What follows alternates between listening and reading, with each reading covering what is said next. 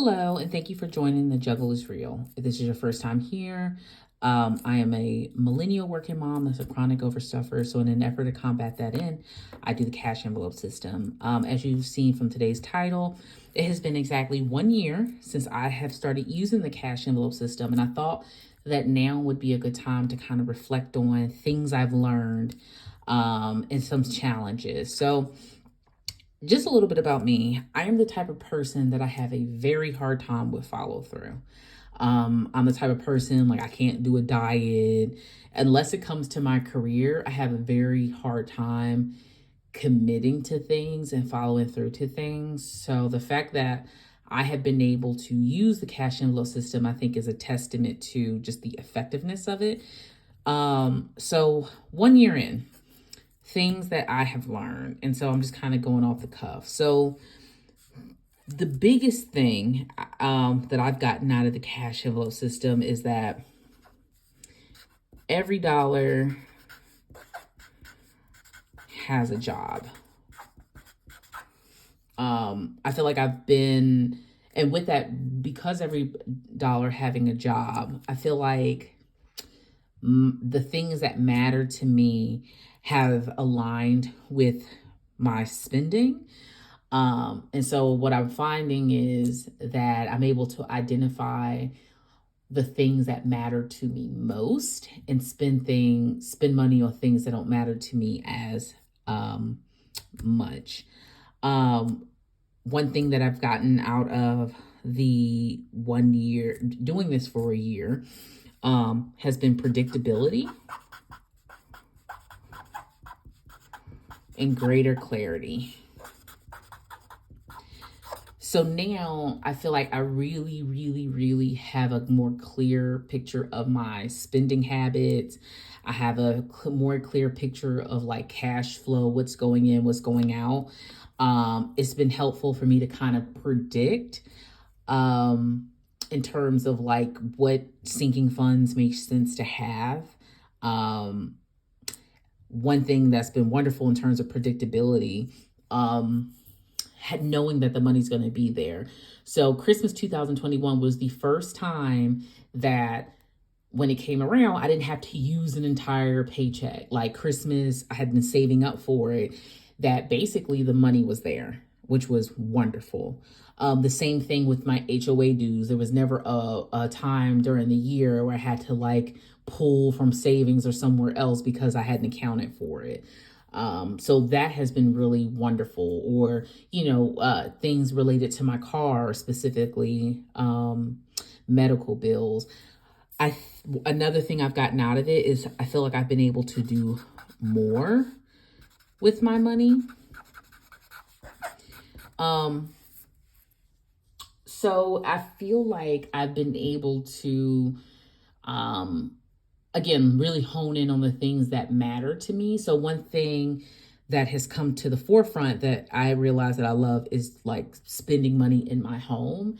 And because I feel like I'm spending less money on like a random purchase on Amazon, I have more money for things in my home and I'm able to build equity in my home. So what's been helpful is for me to really see what I've spent my money on.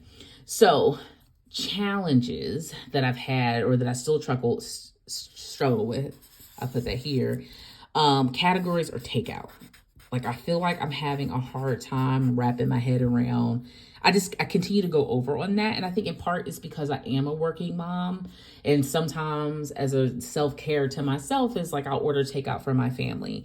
And so I think a way to kind of hone that in is just to be more strategic with meal planning, I think will help. And this is how I think of things. So meal planning might help that. One item that I find that I actually spent a lot more money in than I thought, and that I feel like I still haven't funded enough, has been gifts. So in this year, I think I need to earmark more funds for my for this, because just random things that come up like a baby shower or a meal train, or just like if you just want to pay it forward. I think that a lot of my friends are in the same season of life. And so, you know, and this pandemic has just been hard in general. And so sometimes, I might send my friend, a few weeks ago, I sent them some cupcakes to kind of help them get through that day. So I think one thing that I enjoy, and I think that's a hallmark of my personality, is giving. And so for that reason, I realized that I spend a lot on gifts and probably need to up that. In terms of a category that has not been that, I found hasn't been that useful, that I've actually gotten rid of some things, have been clothing. So maybe it's because, so I'll nix that. Maybe it's because I'm home, but I really feel like that this is not a sinking fund that I need. If I do opt to get me something, it'll just be for my personal self-care one. And so I find that kind of consolidating envelopes to clothing has been better. Another thing I've learned as it comes to sinking funds is less is more. So at the beginning, I think you get really, really excited about sinking funds and savings challenges. So you make all these envelopes, but then because I only get paid once a month, I found that I wasn't making progress.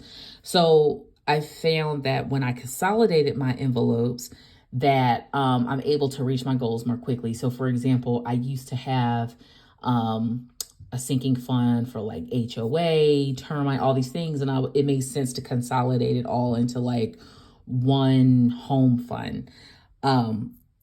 So these are some reflections. If I had to do some goals for next year, give me a minute.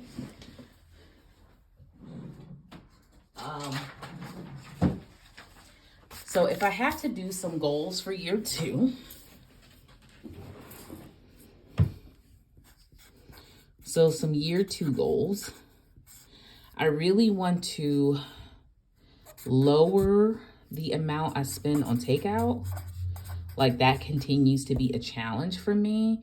Or even if I could just stay in budget. So I'll put an equal sign. Like even if I could stay in budget as opposed to like going over. Another category I've added has been debt.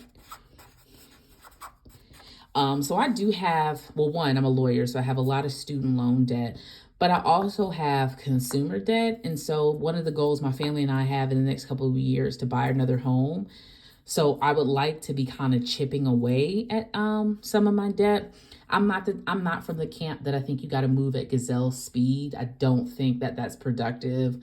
I'm from the camp that debt is morally neutral. You have it and it can help, you meet your goals. And so it's just figuring out the best ways to leverage debt. So again, the only reason why I want to pay down my debt is because I want to reduce my debt to income ratio to buy a house. So I think that if I have leftover money and rollover, I would like to do debt. Another thing I want to focus on is getting more strategic with my savings challenges.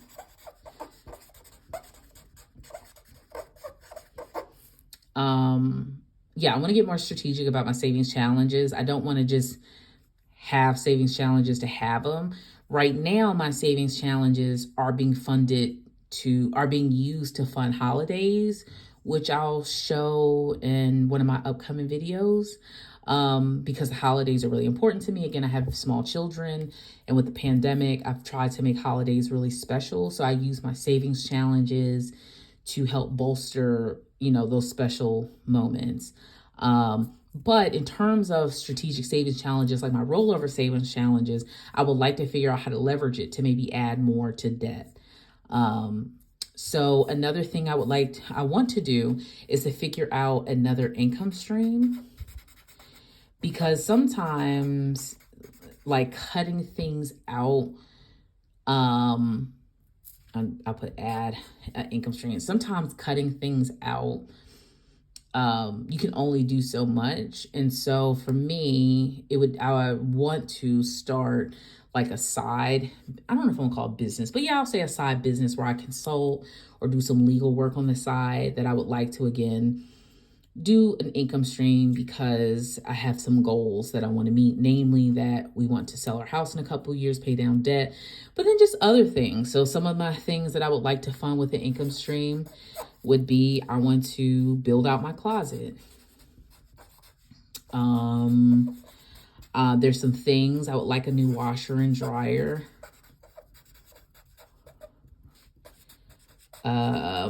And I would also like to add more recessed lighting in my home. Again, my home is my safe space, so those are things that would be nice to have. And what I don't find in a lot of videos, or just generally, I think that it's okay to want these things. It's okay to like want more consumer things. Like, that's fine if it improves your quality of life. And so that's what I would like my an additional income stream to do, so that I can really bulk up my savings challenges. So in short, I think the cash envelope system has just really been game changing. I hate that I didn't find it when I was younger or when I had a lower income. I really feel like that could have been helpful. I think, if you are someone who's living in poverty, I feel like there's only so much you can do.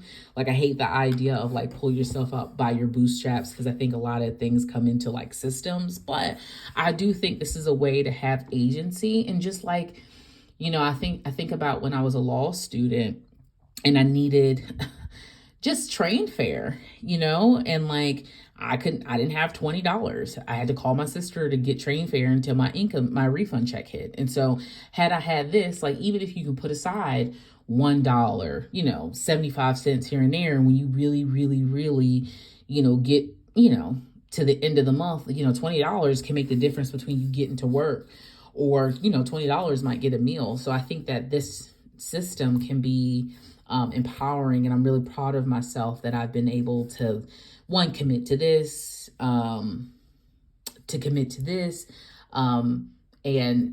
to be more consistent.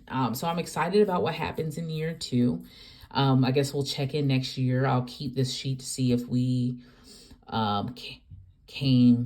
we met this, but these are my year 2 goals. And I'm very happy about the cash envelope system. If you're on the fence, I would definitely say try it out. The videos that I watched, like many of you have watched, I watched Pink X Budgets. They're a good one. I watched The Crafty Budgeter. I like Tara Budgets.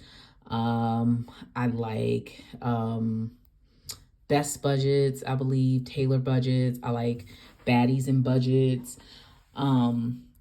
Those are great channels to get started.